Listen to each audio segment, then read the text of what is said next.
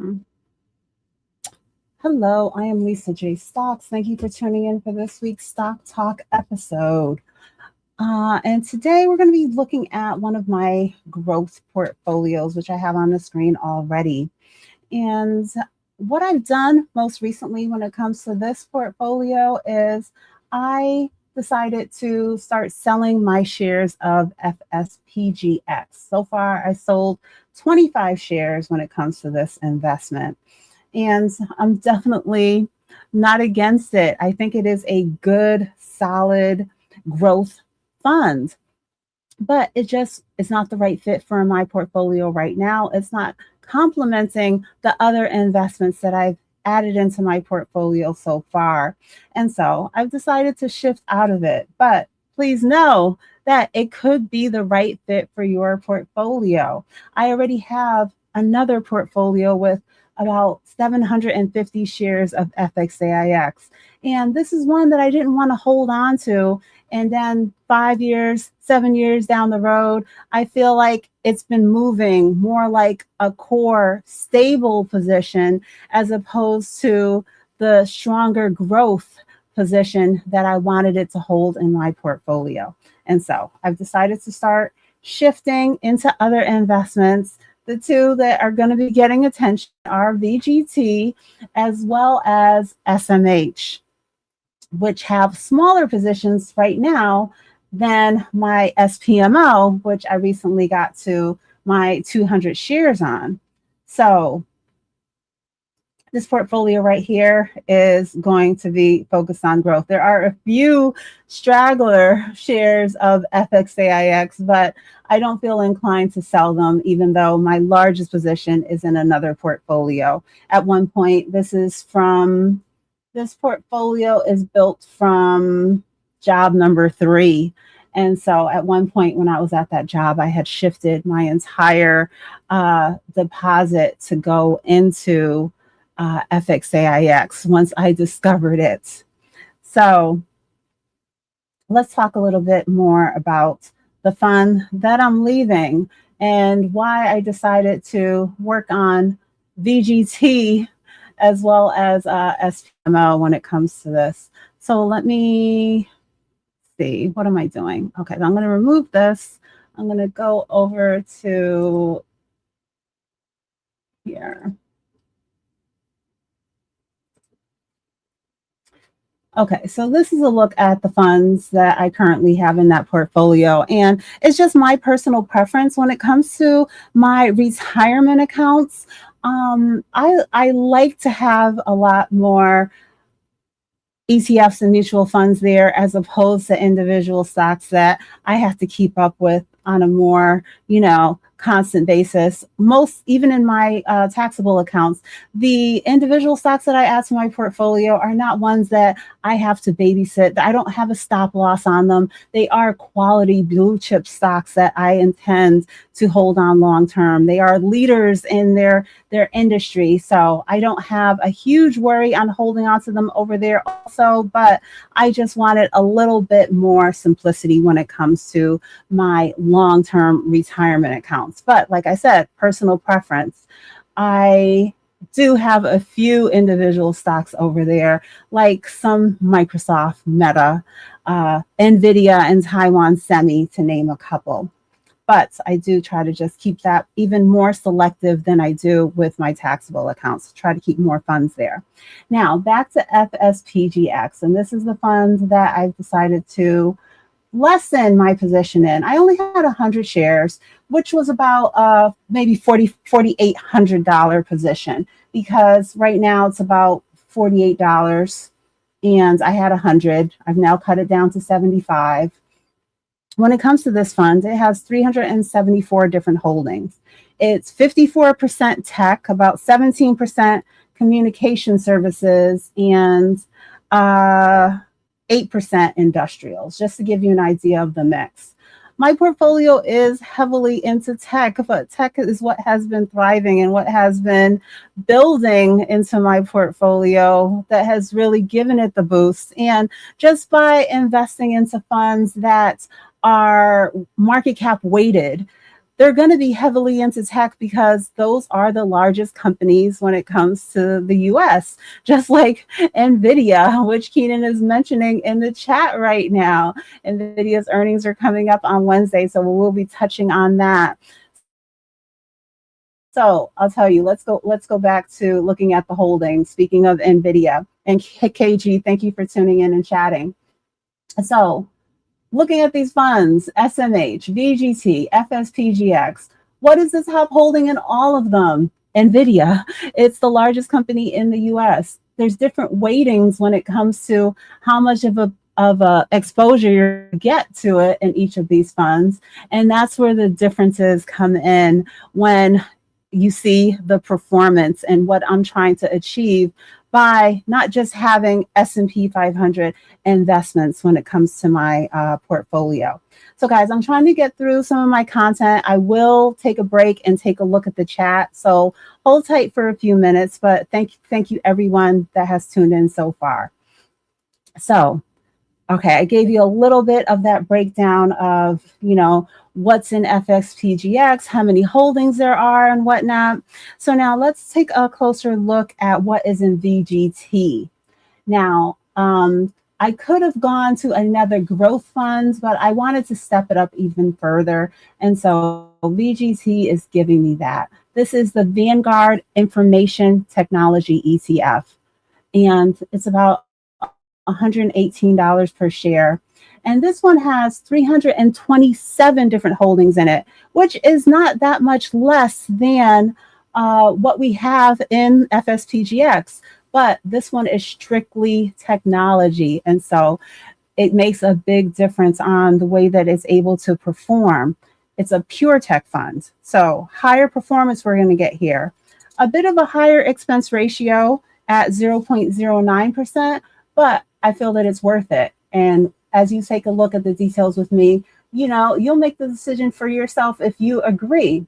So looking at all of the funds in this portfolio, this growth portfolio that I've been putting together, SMH has the highest expense ratio at 0.35%. And then VGT, the newest position, is at 0.09. FSPGX was or is, I'm still holding 75 shares, is at 0.35%, and then SPMO is at 0.13%. So then there is a little bit of FXAIX. So I have that on the chart here, but really it's here just to show us a benchmark of how these funds move against the S&P 500. Okay, so VGT. So this is my group of funds. Now let me just touch on, if I didn't go with VGT and wanted to stick with growth, these are some other examples of growth funds right here, if that's the direction you want to go in your portfolio. And originally when I was going about choosing FSPGX, these are the type of funds that I was weighing it against: VUG, SCHG, and SPYG. And you see the common thing here is that letter G. So there are lots of different brokerage companies, lots of different ways that you can get similar exposure. So I always like to touch on this because depending on what company your 401k may be with, or just your personal preference of a broker, I use Fidelity, but we all don't. And so there could be a very similar fit in the company that you use. So always just keep an eye on that.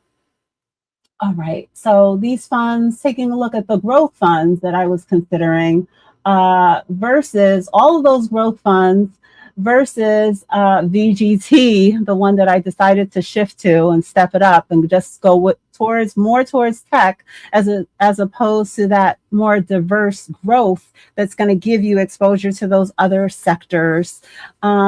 I decided to go with VGT, but out of these funds, and this is on the 5-year, looking at the performance, out of the funds that I mentioned, they're very similar. SCHG is up about 89%. Same for SPYG, it's 88.48%. VUG is up 80%, while FSPGX is up about 80%. So very similar, but FSPGX did have a low expense ratio, and it was a fund at the brokerage company that I was using. But back to the shift that I decided to make, the grouping that I'm currently holding. So SMH, let's take a look back to my actual details of my portfolio. So right now, these are my positions. SMH, I have getting close to 10 shares on that one. VGT, I just have 5. FSPGX, I sold 25, bringing me down to 75. And then SPMO, I have 200 shares right now.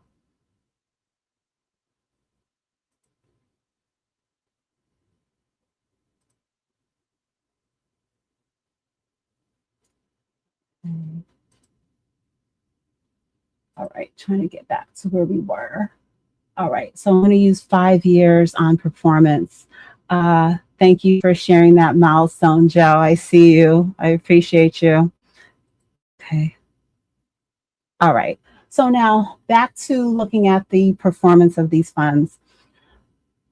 SMH, we took a quick look at the expense ratios already. SMH, it has that highest expense ratio, but it also has the highest performance at about 350% over the last 5 years, followed by SPMO at 156%. And now my new addition is VGT, which is up about 135% over the last 5 years.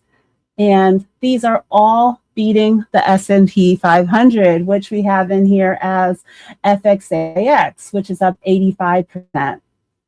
And this is what I mean by FSPGX was not complementing these other funds the way that I intended for it to do in this portfolio, because on certain time frames, the S&P 500 is actually beating my growth fund. So on this 5-year time frame, which I think is about the time frame that this fund has been out, let's see,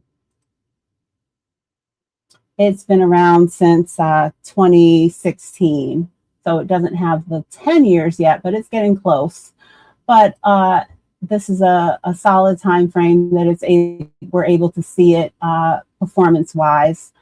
And we see that, yeah, it's up about 80% versus the S&P at 85. So I am building my portfolio over here. I'm sharing my journey. It's not a one-size-fits-all thing, but I just like to share what I have going on. I don't want you to blindly follow me or anyone else. There is the right fit for you based on what you're already holding. Like I shared, I have a strong foundation built out into the S&P 500 in my taxable account and in my retirement account. So now I'm willing and ready to bring in more higher growth positions. But if you're just getting started out, or if your portfolio is leaning more into those more speculative things, more volatile, then you could be in a place where you need to be putting the work into building into, say, for example, S&P 500 or total stock market ETF to bring that stability to your portfolio. We're all in a different place when we're going about building and growing, and what position size certain investments have when it comes to your portfolio. So these are some of the funds that I'm working on right now. I'm definitely going to be putting more attention into SMH, not just that technology fund, but that semiconductor ETF, which I have chosen for my portfolio, is also one that I definitely want to continue building up. It just like SPMO, I feel comfortable with paying that high expense ratio and holding on to it for a while because of the higher growth that it brings. So these are the funds: the VanEck Semiconductor ETF, SMH, VGT, which is the Vanguard Information Tech ETF, lowering my position into FSPGX, the Fidelity Large Cap Growth Index funds, pretty much going to only be building into SPMO, Esco's S&P 500 Momentum ETF, when the prices are just at the most ideal, because I want to get SMH and VGT as larger allocations. And then FXAIX is just up here to be a benchmark today, just to show us how these investments are all beating the S&P 500. But I have a few shares in my portfolio here, which you saw when I was sharing it.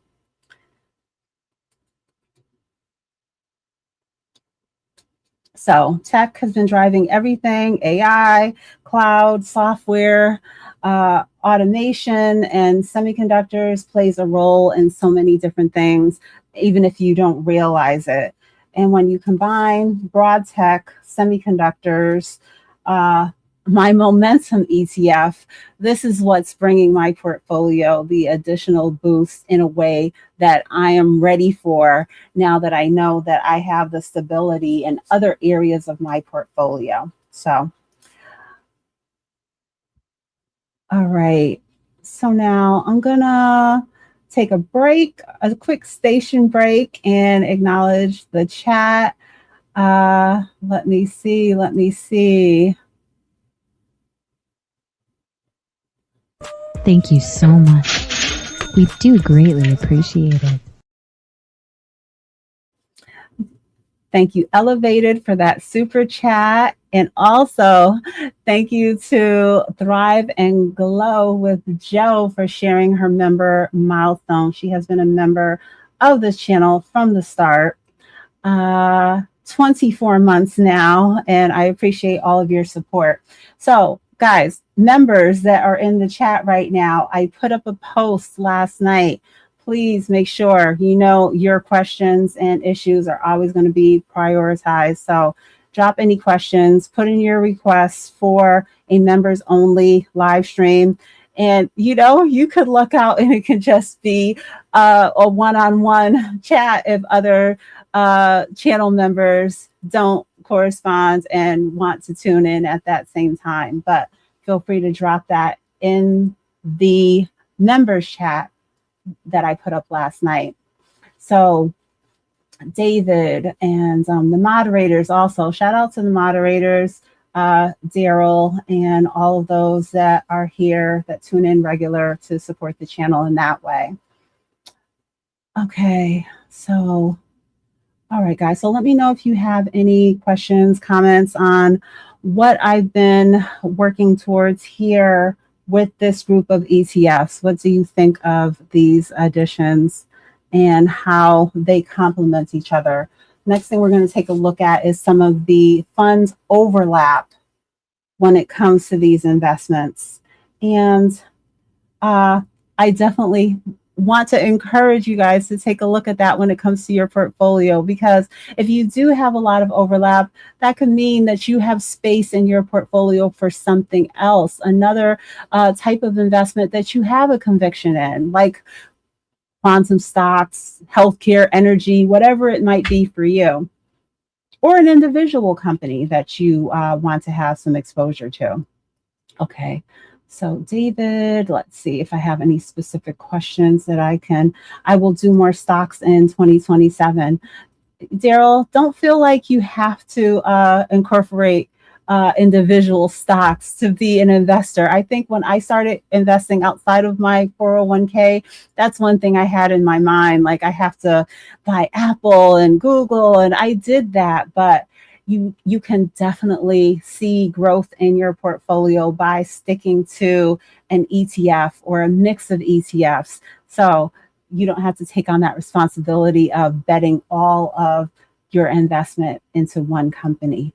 But, you know, if you're ready for it, do it. Okay, so Daryl says, I love SMH. I'm holding that one for the long term. Okay. My foundation is VUG at Vanguard. All right. Great growth funds, low expense ratio.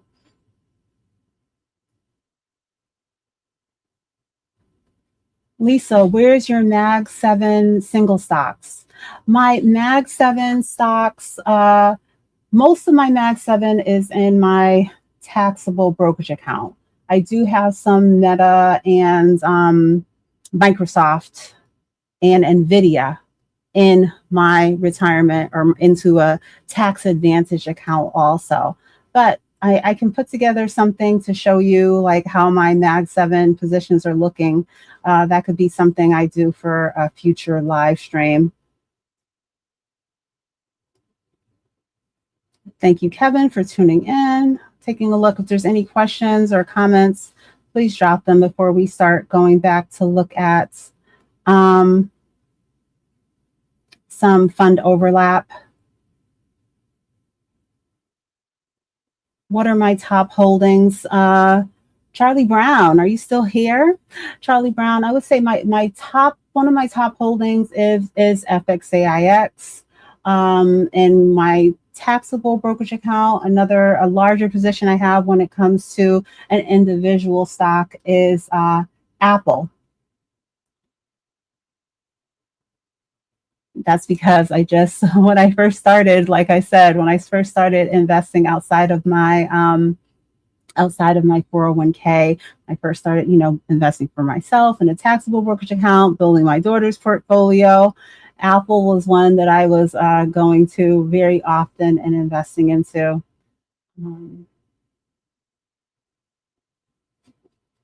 All right, I scrolled back up to the top. Let me come back to the bottom.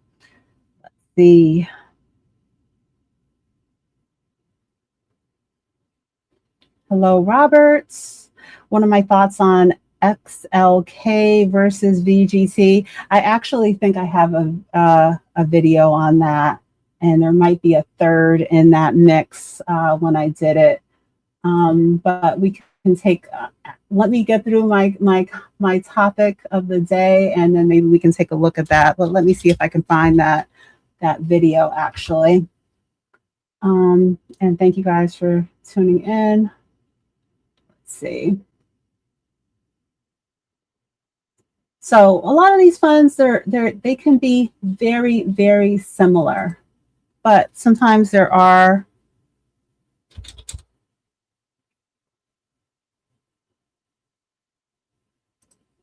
okay.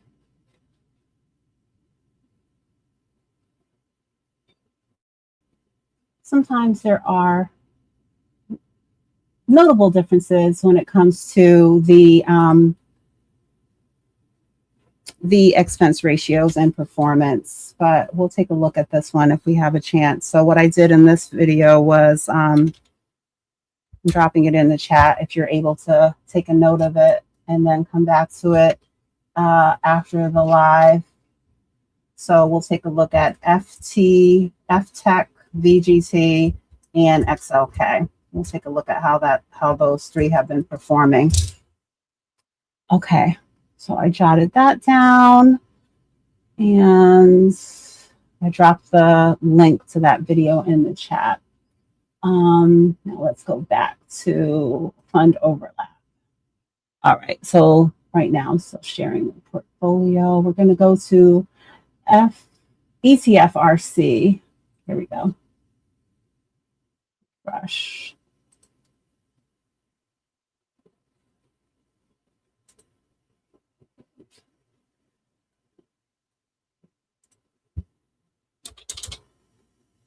All right, so I'm going to start this off with VTI and VOO on this chart. So between those two funds, the S&P 500 and the total US stock market, there is an 87% overlap. So these two do not in any way complement each other. They are redundant. I have both of these in my portfolio. They have a very similar performance. And so if I could go back, I would have just chose one. When I work with people now, I definitely say choose one so that you can use the funds that you would be dividing between the two and put some of those into something else that truly brings diversification, higher growth, just something different to your portfolio. And so All right, now let's put in, I just used the free version here, so we're gonna have to do these one at a time. But now you choose for yourself. Is it gonna, you set your own bar? Is it gonna be 40%, 35%? What is an acceptable amount of overlap when it comes to your portfolio?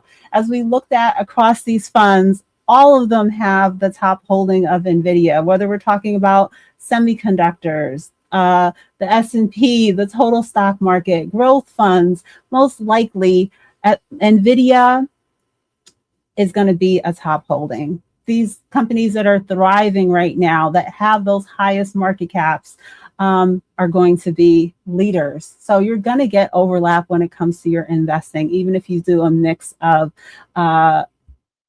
ETFs. Now, if you bring in something totally different, like a healthcare or an SCHG, then the leader is not going to be Nvidia there, obviously. But let's put in some of the funds that I currently hold that I'm putting into this growth portfolio. And so we can see how they overlap. And it's definitely okay with me. I'm thinking this through. They complement what I've already built with my FXAIX. Not, there is a reason and a method, and I'm taking the time to create what I feel is the right fit for me. So between VGT and SPMO, my tech versus my momentum ETF, there's currently a 33% overlap. Now, SPMO is a momentum ETF, so it's not set to a particular sector. So it's what sector is going to be thriving. So we'll see next month when we get those changes that come in, if there's more technology in those top 10 holdings, what happens with it. But for right now, however it shifts, I'm always going to be okay with it, because it has a different methodology and a different way of going about choosing its companies. It's going to change every 6 months. And so just like the other funds, maybe not 6 months, some are in a 3-month rebalancing, but they're always going to be keeping me with those top performing investments in my portfolio. Now let's put in SMH versus SPMO and see what the overlap is. Okay, so a little higher now, 38%, but I'm okay with it. Let's put in VGT versus SMH, 40%. So that'll be my max, probably, that I'm going to allow when it comes to my portfolio and overlap. But never again will there be nearly 90% overlap between my funds. So take a look at yours in that way if you want to check on the overlap, or see if there's something that potentially, depending on what account you're holding it in, if it is in your Roth and you feel comfortable with cutting it, moving it into something else that could be a better investment, and bring your portfolio something different, additional growth, diversification in whatever way you're trying to build for yourself. Or maybe you're ready to shift to something that's more conservative. We're all in different stages when it comes to our investing journey. So think about that. And when sometimes when people ask me questions, as soon as they ask me one question, I have 5 questions that pop into my head, because I don't know your backstory. I don't know your age. I don't know how much you already have invested. I don't know your risk tolerance. All those different things play a factor in how you're going to put together what's the right fit for you. So now let's go and take a look at the stocks that I jotted down. Was it Charlie Brown? Charlie Brown, are you still here?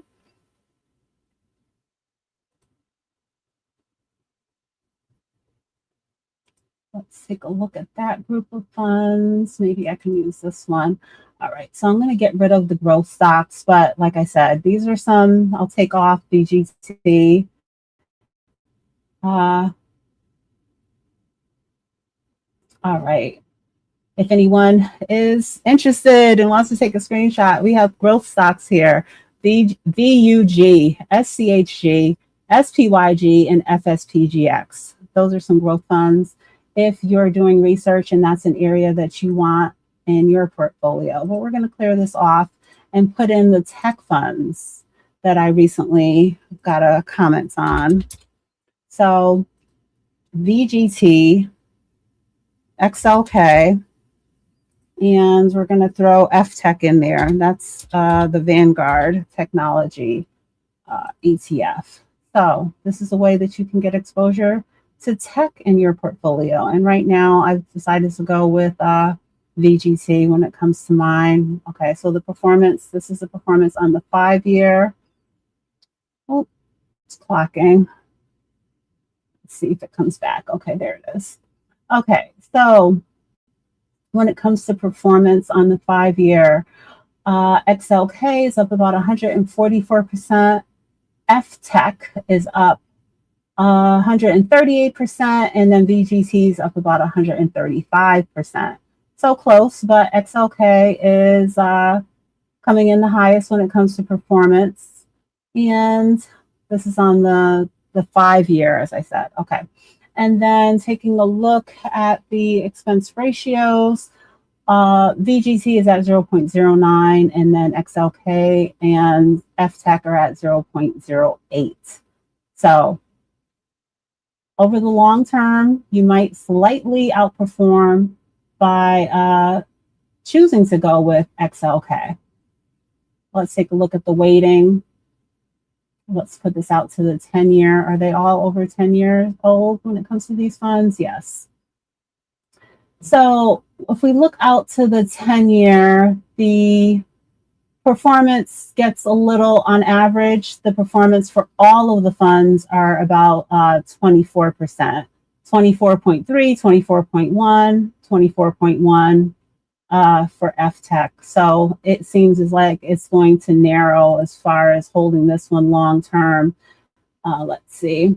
So pushing out to the 10-year, VGT is now leading as far as performance at about 780%, XLK at 766%, and FTEC at 765%. So depending on the time frame you look at it, they're all very similar as far as performance and as far as expense ratio. So this is kind of one of those ones where I feel like you wouldn't go wrong with going with any of these funds. And let's just take a quick look at the weighting. We have pretty much, let's see, Nvidia, Apple, Microsoft are the top 3 funds in all of the top 3 holdings in all 3 of these funds. And then we get a little bit of a mix here coming with Broadcom, AMD, and Intel, for example. But you're getting the highest weighting into Nvidia if you go with FTEC as opposed to XLK. But very similar in all ways. Okay. Hello, Deborah. Taking a look back at the chat. Let's see. This is really interesting. I love seeing how you break the research down so it's easy to understand. Thank you. You work with people. I want to hire Lisa.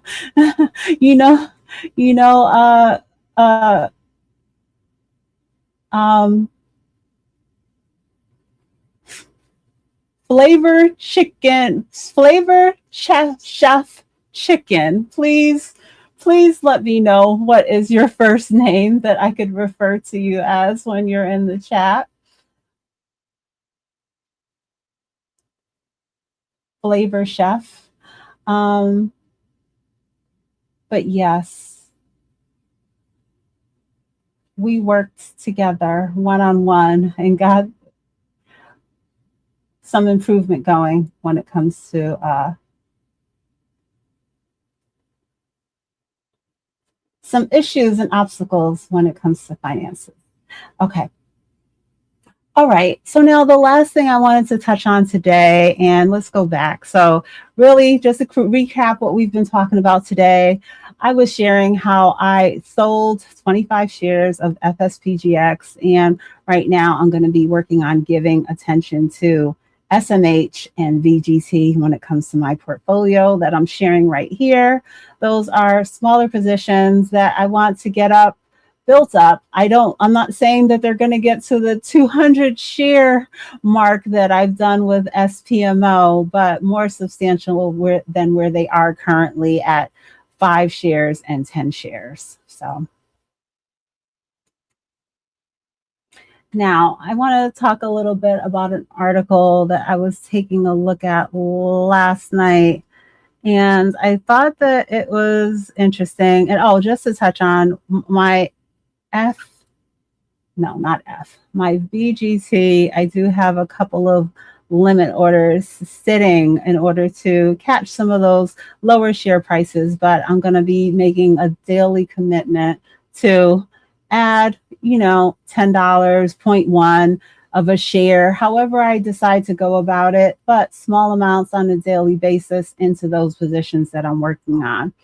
But I like to just throw out there some of those limit orders from time to time just to see if they do fill, because I'm busy during the day. I'm working.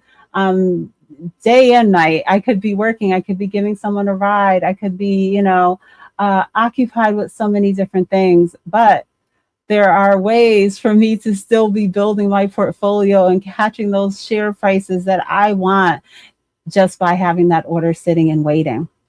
Okay, so ETFs, like Daryl was saying, he wants to invest more into individual stocks. But what's been going on when it comes to opening up ETFs? We've definitely reviewed DRAM and some of those newer ones over the last few weeks, and there's been over 900 new ETFs launched already this year.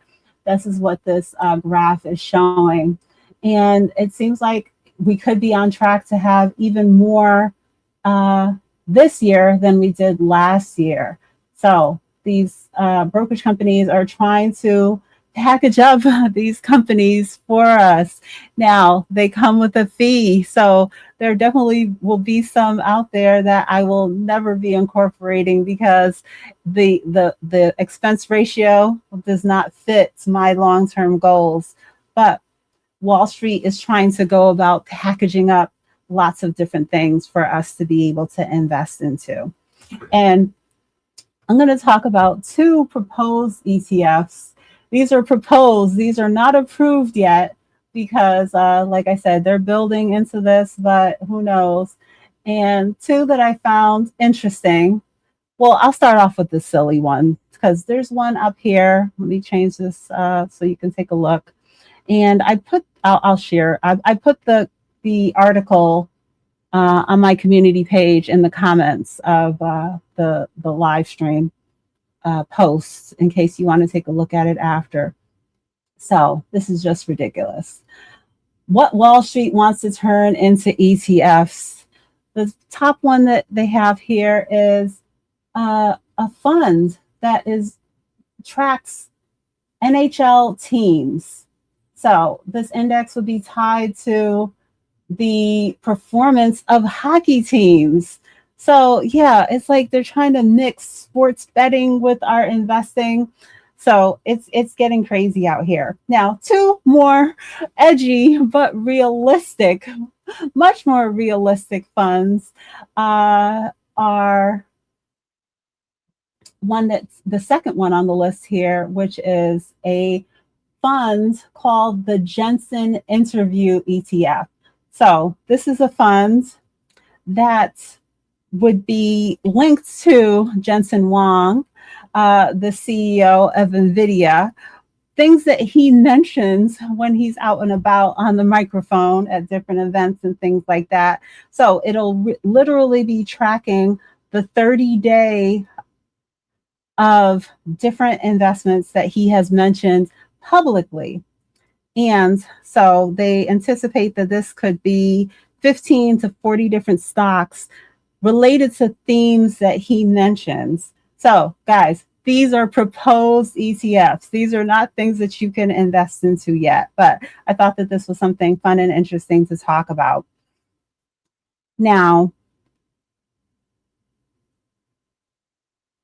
the filing of this particular fund, the Jensen Interview ETF, it also even mentions that if it does get approved, that Jensen Huang may limit and his public speaking might impact the funds because that's what it's going to be tied to. So they had to just list that in the risk of getting started with this fund when they put out the proposal. So it's just crazy. Imagine your portfolio. Imagine, I think that like they have the inverse Kramer and they have Nancy Pelosi tracking, but you know, I can't say that I've never added something to my portfolio or taken a look at it because of different things like this. But putting it into an ETF, is it going to last? Tying it to something like this, is Jensen going to stop speaking so much publicly about certain investments? I don't think that would ever be the fit for my portfolio. But when he mentioned Marvel Technology being on track to being $1 trillion company, yes, I stopped and took a look. So the other more realistic type of ETF that I saw on this list is basically what they're calling a Magnificent Six ETF. So what they're doing with this one, as opposed to the entire Mag 7, they're kicking out Tesla because it's been kind of underperforming. So that would leave an ETF that only tracks Google, which is Alphabet, Amazon, Apple, Meta, Microsoft, and Nvidia. So they feel like the MAGS ETF that tracks the whole Magnificent Seven is being dragged down by the Tesla volatility and lagging which it's been doing currently. So just touching on something that I thought was interesting. What do you guys think? I don't know about all of these new ETFs. I am thinking too risky for me. Yes, Deborah, I agree. I agree with you. The funds that I share and a lot of what's in my portfolio, yeah, they've been beating the S&P 500 for 10 to 15 years. Do I have a few shares of DRAM in my portfolio? Yes. Will it ever outweigh or, be in line with some of the other investments that I currently have? No. Proportionately, it will never. If for some reason my portfolio grows substantially, I come into some large sum of money, I will still keep the same type of balance that I currently have. So that's where I'm comfortable. But yes, I will show you guys if I have a chance where maybe I can do that right now. Where I have the article if you guys want to take a look at it. Let me see. Thank you for the jewels.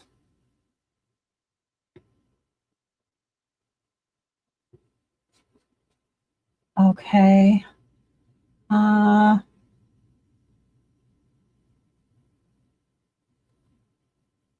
All right, so let me see. Let me remove this. What else do I have? Let me see if I can go to a different layout. My regular.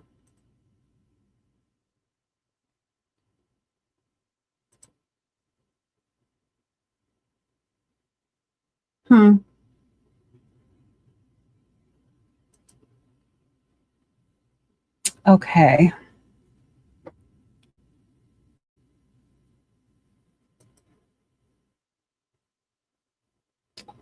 All right, I'm not sure if you guys are seeing anything on the screen. Are you just seeing a black screen? Looks like you guys are not seeing anything.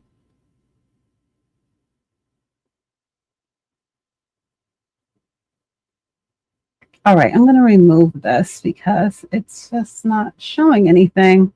Technical difficulties. All right. But the last topic of the day that I was going to touch on is Nvidia earnings, but I cannot seem to be able to share my screen. Let me see if I can put this up like this. All right, let's see.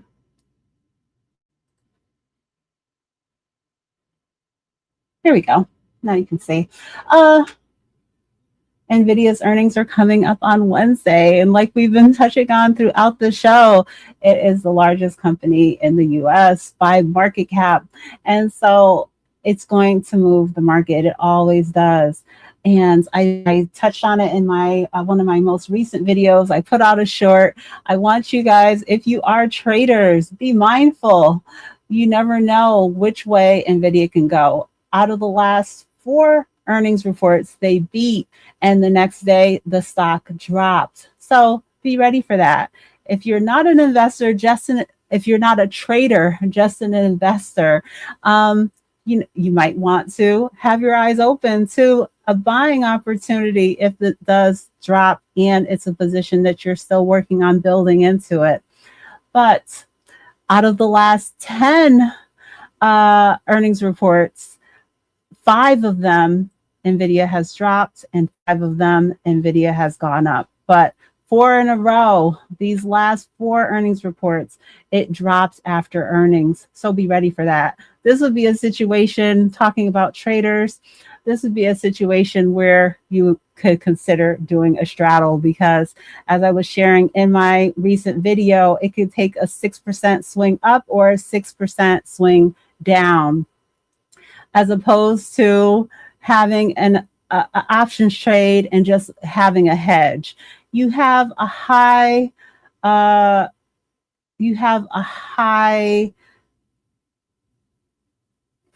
can't think of the word, but you're leaning heavily on the charts, on the direction, on your indicators that it's going to go in one direction. You buy a hedge just in case it doesn't go that direction. You buy a straddle when you really, it's a kind of a toss. I'm tongue twisted, guys. Sorry. And you don't know which way it could go. It could go to one direction or the other to the extreme. So be mindful of that. We're in this to make money, not lose money. So be ready for it.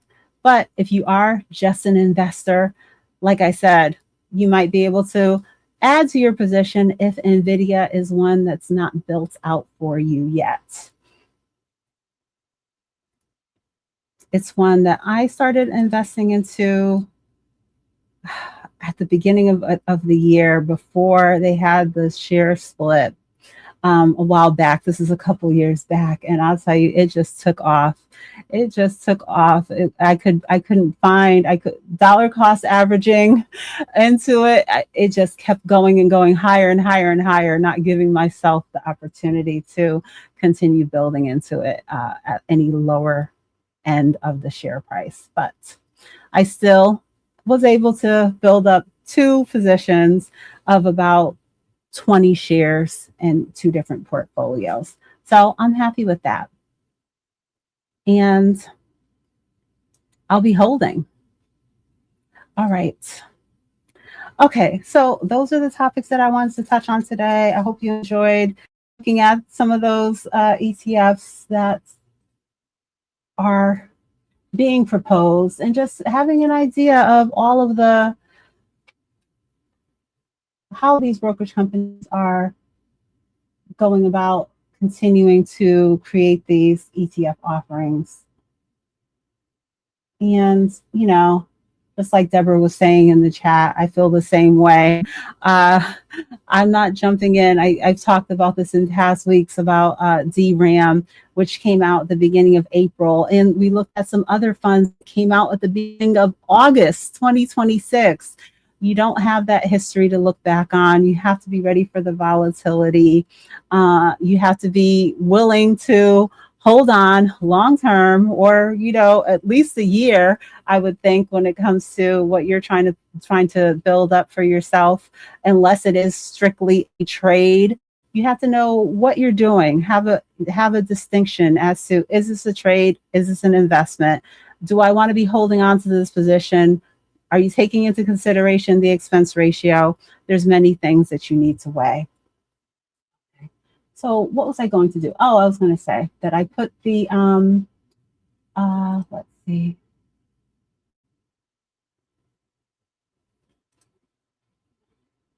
Let's see. All right.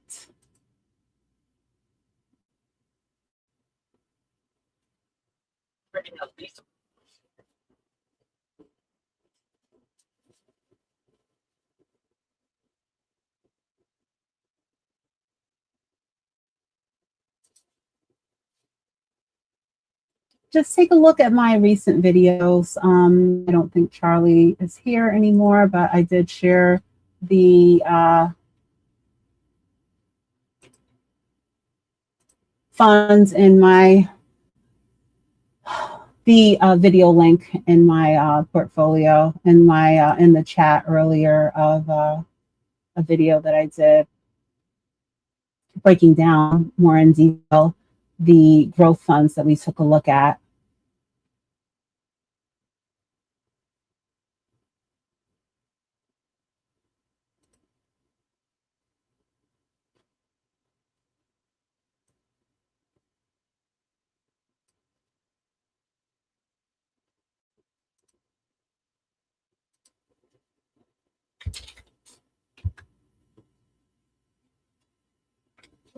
Okay, so I know you can't click on links if you're watching me on the vertical side, but I dropped the link for the video, for the article that we were taking a look at on those new ETFs. Thank you, Miss V, for that super chat. Appreciate you.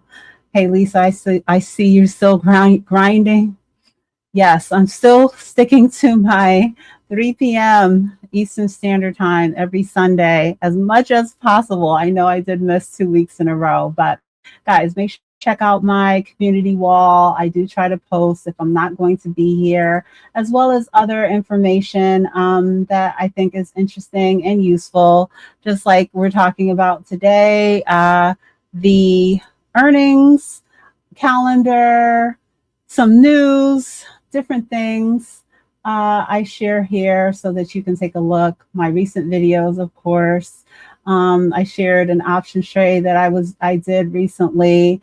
I don't teach options trading, but from time to time, usually once a week or so, I do share some trades that I do.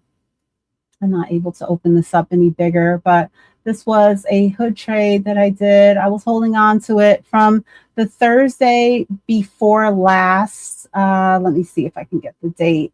So I got into it on the 13th of August, and I was holding it until this past Friday, the 21st. So I don't have a huge trading budget, so I don't trade every day, especially if I do pick up a more substantial contract. Like this one was for me based on my budget. It cost me $2,900, but I do some options trades. And this one was on the Robinhood stock, and it really took off on Friday morning. So I had to stop what I was doing and adjust my stop loss and make sure that I locked in those gains. As you can see in this picture, it went up 12% at the time that I had taken this picture. And this is on the daily time frame. So I'm always putting in the work to make my money, make more money. So let's see. And thank you for the jewels.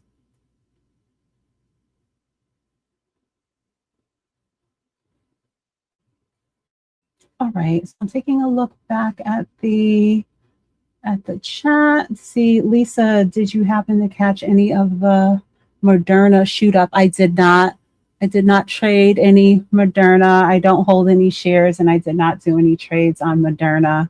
But yeah, that was one that I believe that it's a pharmaceutical company, and they had announced something related to some cancer drug. And yeah, those pharmaceutical companies, they really can have some interesting swings, but I can't say that I've ever really traded any in a while. There's one that I have shared with you guys in past live streams, which was Jaguar Health.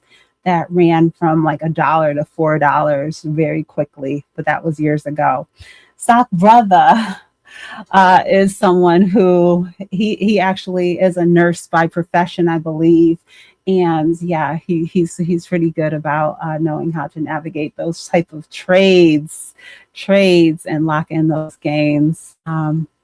So guys, make sure you know when you are trading and when you are investing, so that you are not stuck holding on to something that has gone down and may never come back up again. That's why we use those features in order to buy and sell our positions for us. If we are not able to just sit there 100%, even if you are able to sit and watch the charts, you never know. Sometimes investment can make a move faster than you would be able to make a change to your order status and make sure that you're making the situation that we are trying to make here, where we're not losing money, we are making money. And so I rely on those things. If I do option trade, I always have a stop loss on. If I picked up this contract for $2,900, I would rather lose $200 or $300 and than to ever be here in a situation where something happens and I lost $2,000. That is not something that's not acceptable in my plan, in my long-term strategy. So I have to make sure to mitigate my risk, put on a stop loss, which would be a reasonable amount for me to accept as a loss if my trade did not go in the direction that I anticipated. This one did. It turned out well. It only took a week and I was ready to lock in and capture those gains. Okay. All right then. So guys, thank you for tuning in. Thank you to Joe for being a long channel member. Thank you to Elevated for that super chat. Thank you to all that sent the jewels today. Thank you to MTV. Make this go viral for the super chats also, Miss V. And thank you guys for all of your support. Let me know. Make sure to feel free to leave me any comments after the live stream on this live, or in any of my community posts, and anything that I share here, so that I know what you're enjoying. Make sure to like, subscribe, hype my videos. There are lots of ways that you can support the channel, show support of what I'm doing here. And also consider becoming a channel member. Check out my referral links. They are always in the description of my different videos, posted on my community wall. So check that out. And let me know if there's topics that you would like me to share live and chat with you on upcoming Sunday live streams. All right. So guys, have a great week and I will see you soon. And to investments, she make a lot on YouTube. Lisa J Stocks. Lisa J Stocks, that's the channel. Hey. If you wanna make some money, visit Lisa J Stocks. Yeah, you will make a lot. If you wanna make some money, visit Lisa J Stocks. Okay, she'll make it pop. If you wanna make some money, visit Lisa J